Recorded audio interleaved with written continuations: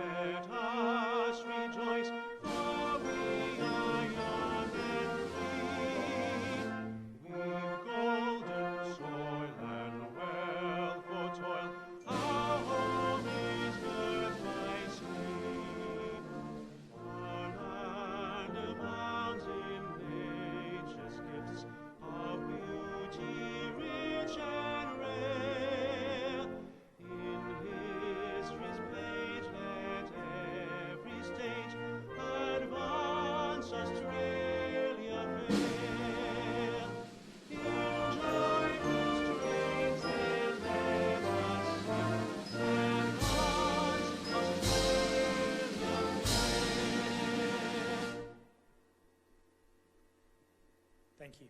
Students, you may be seated.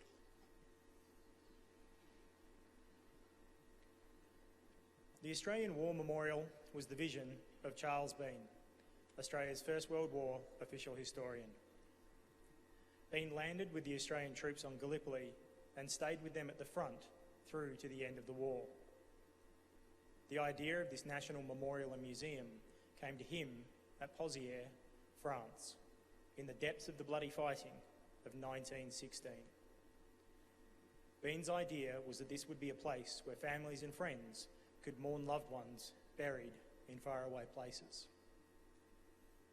It would also be a place that could help all Australians understand what these men and women had endured and what they had done for us.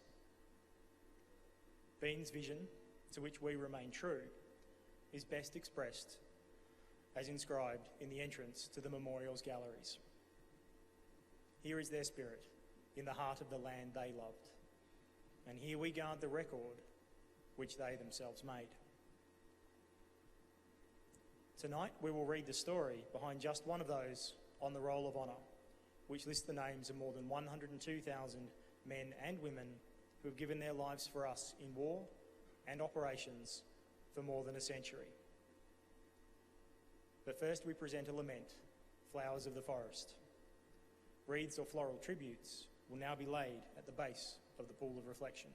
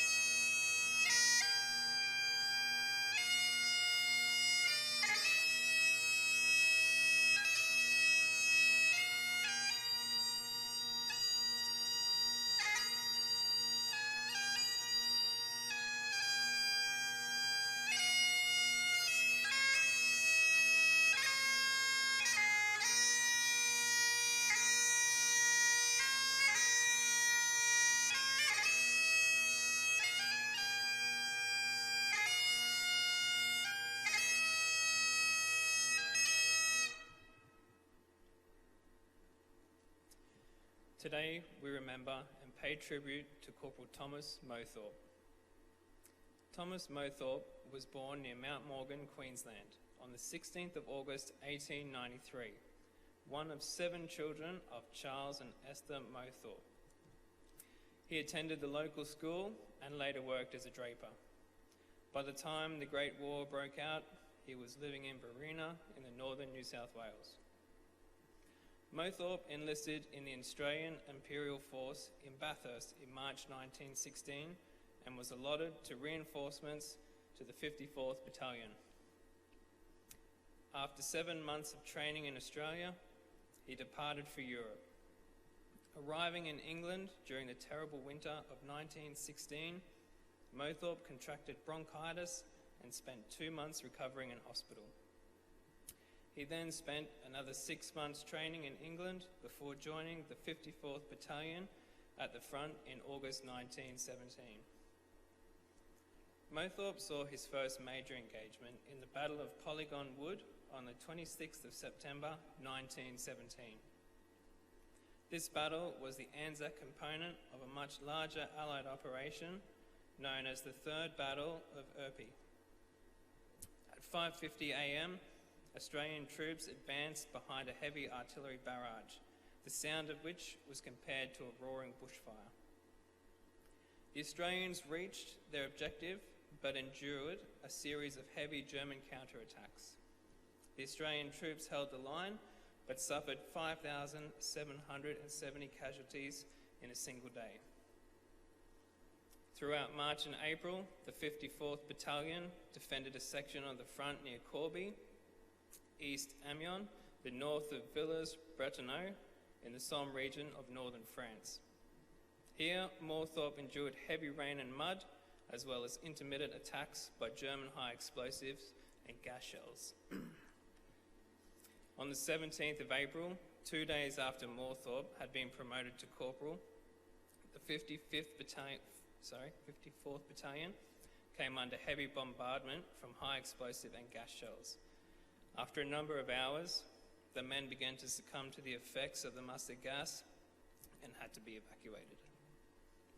Mowthorpe was taken to hospital with shell burns and complications associated with the gas, and was eventually transferred to England to recover.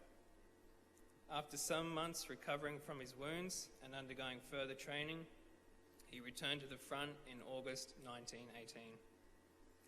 Here, Mowthorpe took part in the Allied offensive designed to finally break the stalemate on the Western Front.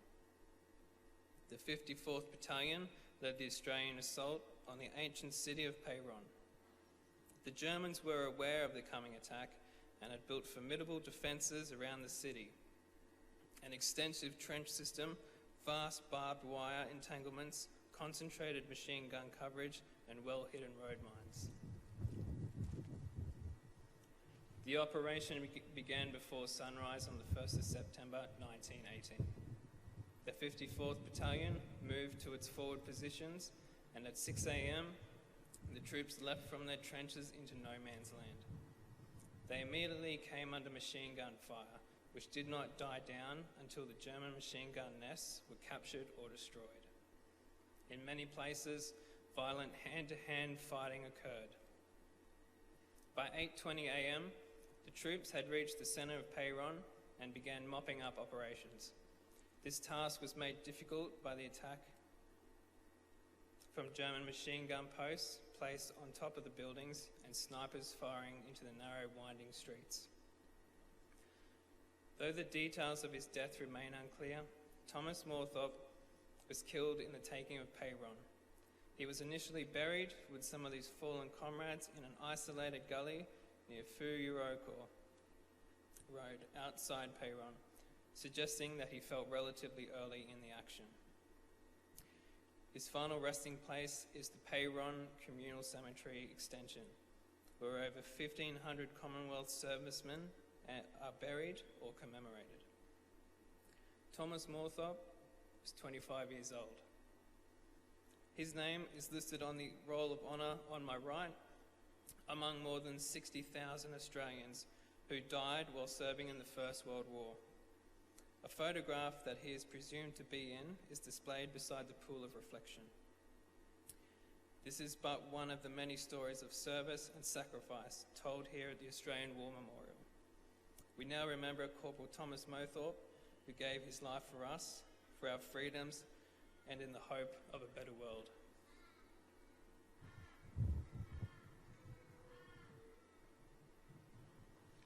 Please stand for the reading of the ode and the sounding of the last post.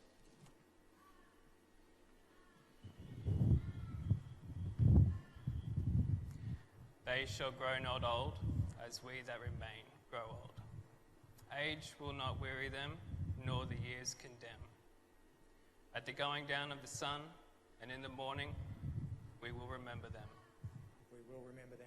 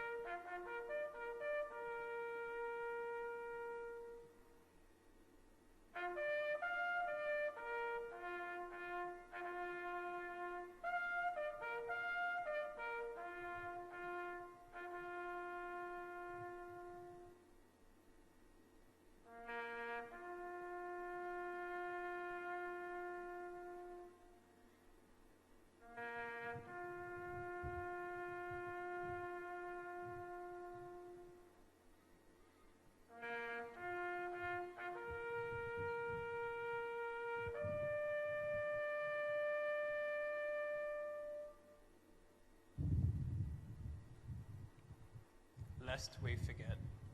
Lest we forget.